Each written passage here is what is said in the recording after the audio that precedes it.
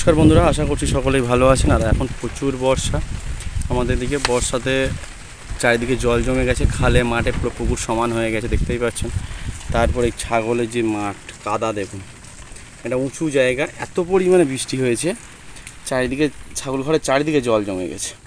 ছাগল ঘরের ভিতরে পর্যন্ত এতটা পরিমাণে জল জমে গেছে যে কী বলবো, মানে ভিতরে ঝাপটাতে আর কি, আর সামনে পুরো জল জমে গেছে। প্রচুর বর্ষা হয়েছে, কাল থেকে চলছে এখনও পর্যন্ত।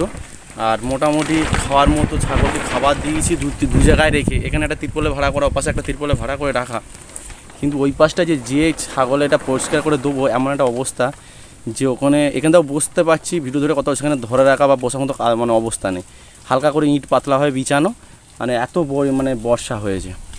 আর এখানে ঠান্ডা লাগার ভয়টা বেশি। এইভাবেই যদি এই বর্ষায় এই ঠান্ডায় যদি আমি ছাগলকে এইভাবে বেশিক্ষণ এইভাবে রেখে দিই, তাহলে কিন্তু যথেষ্ট পরিমাণে ঠান্ডা লেগে যাওয়ার ভয়টা থাকে।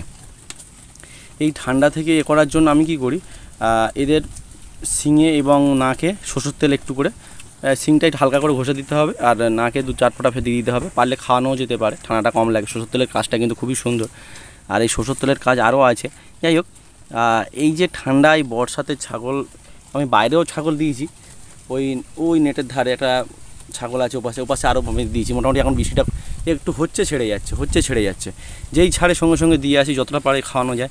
কেননা এরা নষ্ট করছে যেভাবে ঘাস, সেভাবে আমার পরিশ্রমটাই আর কি বৃথা হয়ে যাচ্ছে।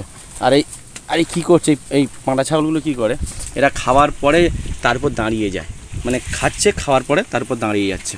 দাঁড়িয়ে গেলে সেই ঘাসটা আর অন্য ছাগলে কিন্তু খেতে চাইছে না। এই দেখুন, এই একটা ছাগল এই যে খাচ্ছে, পা তুলে দিয়েছে, এই লাপ লাপ, এরকম একটা অবস্থা। আর এই ঘাস খুব ছড়াচ্ছে, প্রচুর পরিমাণে নষ্ট হচ্ছে ঘাস। ওই জন্য সেদিনকার গত ভিডিওয় আমি বলছিলাম, এর জন্য একটা নেটের সিস্টেম না করে দিলে খুব সমস্যা। নেট সিস্টেম আর উঁচু করে দিতে হবে, এটা একটু উঁচু করে দিলে সুবিধা হতো আমার। ইঁট দিতে হবে, এছাড়া উপায় নেই। কেননা এইভাবে পা তুলে দিচ্ছে ছাগলগুলো, খাচ্ছে কম, নষ্ট করছে বেশি।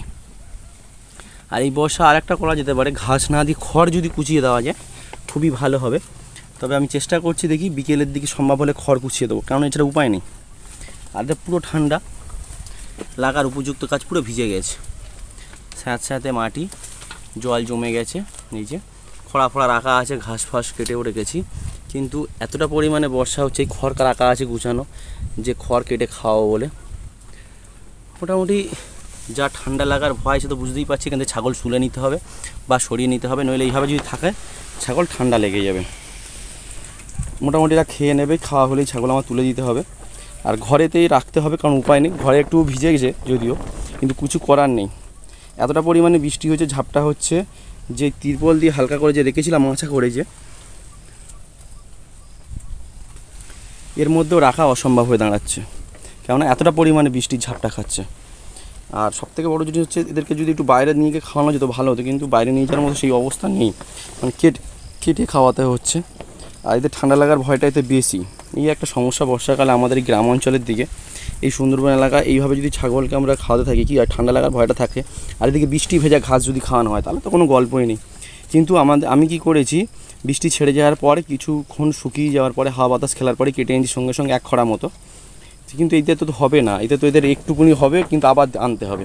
এদের পেট দেখতেই পাচ্ছেন ঢুকে আছে ভিতরে, মানে এই ঘাস এদের কুলাবে না, আবার আমাকে ঘাস কাটতে যেতে হবে। তার মাঝখানে দেখলাম বৃষ্টিটা কমেছে, তাই এবার একটু ভিডিও করে নিই, ওই জন্যে আসলাম। আমি আরেকটা ছাগলের কাছে নিয়েছি ফোনটা, যেখানে একটা খাসি ছাগল বাঁধা আছে।